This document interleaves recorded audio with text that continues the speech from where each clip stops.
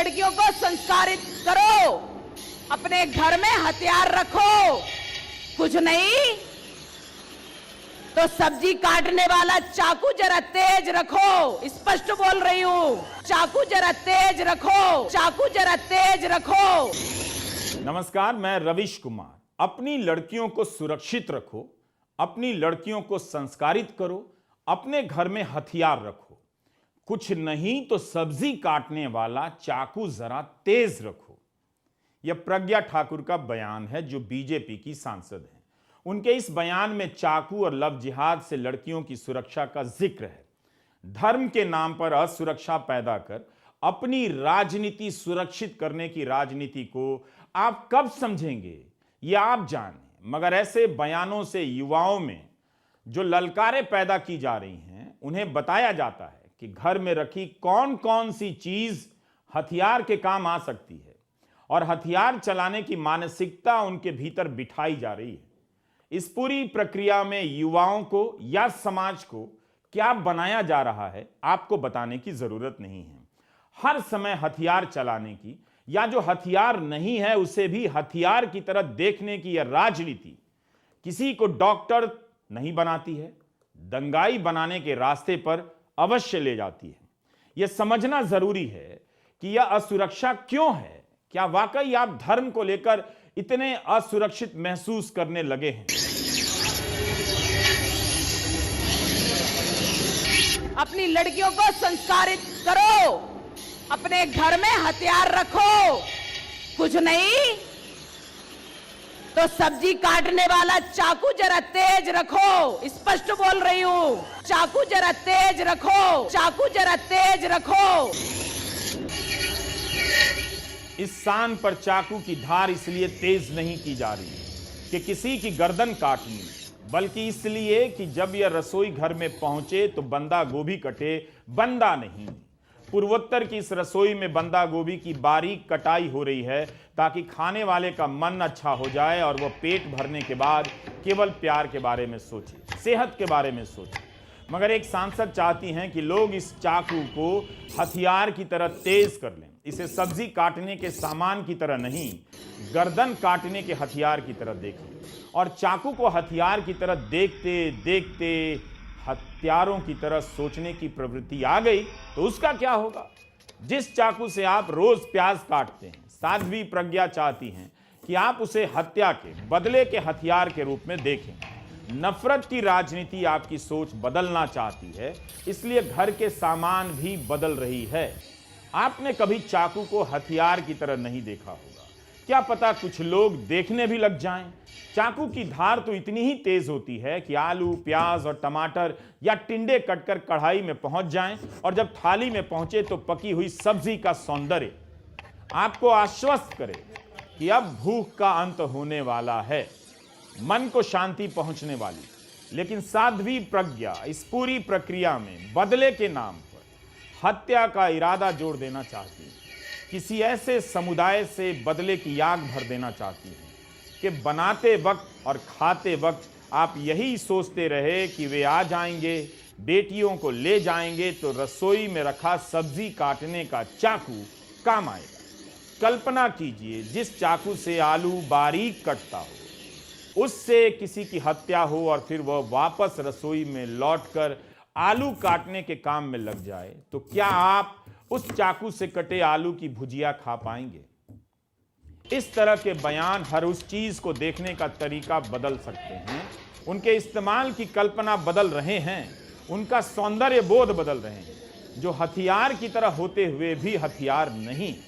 पहले ऐसे बयानों से एक समुदाय के लोगों को धर्म के दुश्मन की तरह देखने की ट्रेनिंग दी गई, अब घर के सामान को हथियार के रूप में देखने की ट्रेनिंग दी जा रही है। इस तरह जब आप चाकू को हथियार और एक समुदाय को दुश्मन समझने लायक हो जाएंगे, तब क्या होगा, आप क्या बन जाएंगे, बताने की जरूरत नहीं है। इंसान को दंगाई और आतंकवादी इसी तरह बनाया जाता है। पहले जहर भरा जाता है, फिर हाथ में हथियार थमा दिया जाता है। साध्वी प्रज्ञा के इस बयान से लगता है कि प्रधानमंत्री मोदी के 8 वर्षों के शासनकाल में अराजकता आ गई है। आपकी सुरक्षा अब सरकार नहीं कर सकती, इसलिए रसोई में रखा तसला, ढक्कन, कद्दूकस, चाकू वगैरह, बेलन वगैरह आपकी सुरक्षा में तैनात कर दिए जाएं। बीजेपी की सांसद के बयान से लगता है कि अब सुरक्षा आपको खुद करनी होगी। जैसे अब सुरक्षा guard, bodyguard, home guard, police, सेना सब खत्म है, ये सब इनका वजूद नहीं है, ये सारी एजेंसियां खत्म हो गई हों जैसे। आप अकेले बच गए हैं और हमला होने वाला है, इसलिए चाकू और बेलन निकाल कर रखिए। 56 इंच और मजबूत सरकार से सुरक्षा नहीं होगी, आलू काटने के चाकू से होगी। लोकसभा में गृह मंत्रालय ने बयान दिया है कि गुजरात में हर महीने 45 महिलाओं के साथ बलात्कार के मामले दर्ज हो रहे हैं। 6 महिलाओं पर एसिड से हमला होता है। गुजरात में 2018 से 2021 के बीच 2156 महिलाओं के साथ बलात्कार के मामले दर्ज हुए हैं। दूसरे कई राज्यों में भी इसी तरह के हालात होंगे। औरतों के साथ गलत व्यवहार घर में ही होता है, जान पहचान के लोग ज्यादा करते हैं, मगर यह सब लड़कियों की असुरक्षा का मुद्दा नहीं बनता है। इनके नाम पर दूसरे समुदाय के लोगों को ललकारा जाता है, उनके खिलाफ आपके भीतर जहर भरा जाता है। बेटी बचाओ बेटी पढ़ाओ, यह इतना लिखा हुआ दिखता है आजकल कि देखकर भी आप नहीं देखते। क्यों लिखा है बेटी बचाओ? किससे बचाओ? दुनिया के किसी देश में आपने देखा है कि ट्रक के पीछे लिखा हुआ है, टेम्पो के पीछे लिखा हुआ है बेटी बचाओ बेटी पढ़ाओ?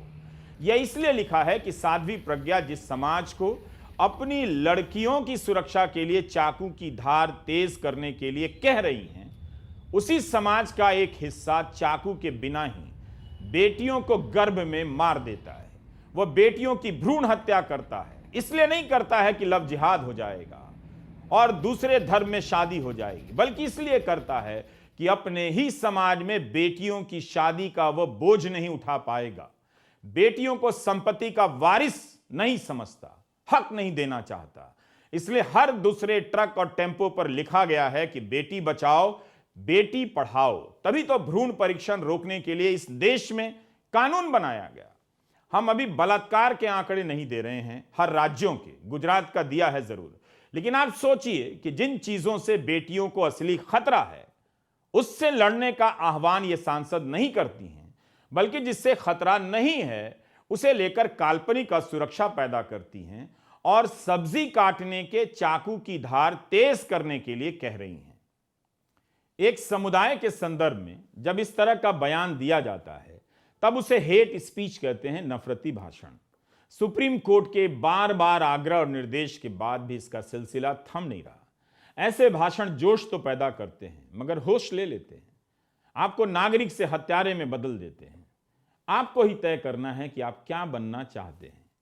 जिस रसोई घर में किसी की ममता पकवान बनाती है वहां अब हैवान तैयार किए जाएंगे, इस तरह के भाषण दिए जा रहे हैं। नफरत का ये जहर आपकी रसोई में घुसाया जा रहा है। इसी तरह धीरे धीरे आपके बच्चे जहर से लैस होते जाएंगे।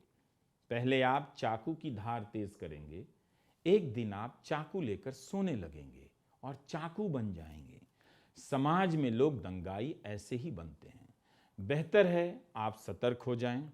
मैं नहीं चाहता कि किसी का बच्चा रसोई से चाकू लेकर बाहर जाए या बाहर से चाकू लेकर घर के अंदर आए। आप भी नहीं चाहते होंगे। नमस्कार, मैं रवीश कुमार। आप देख रहे थे मेरा YouTube channel Ravish Kumar official. इसे ज्वाइन भी कीजिए और सब्सक्राइब भी कीजिए और अपने साथियों को भी बताइए कि Ravish Kumar official YouTube channel कैसे ज्वाइन किया जाता है, सब्सक्राइब किया जाता है। धन्यवाद।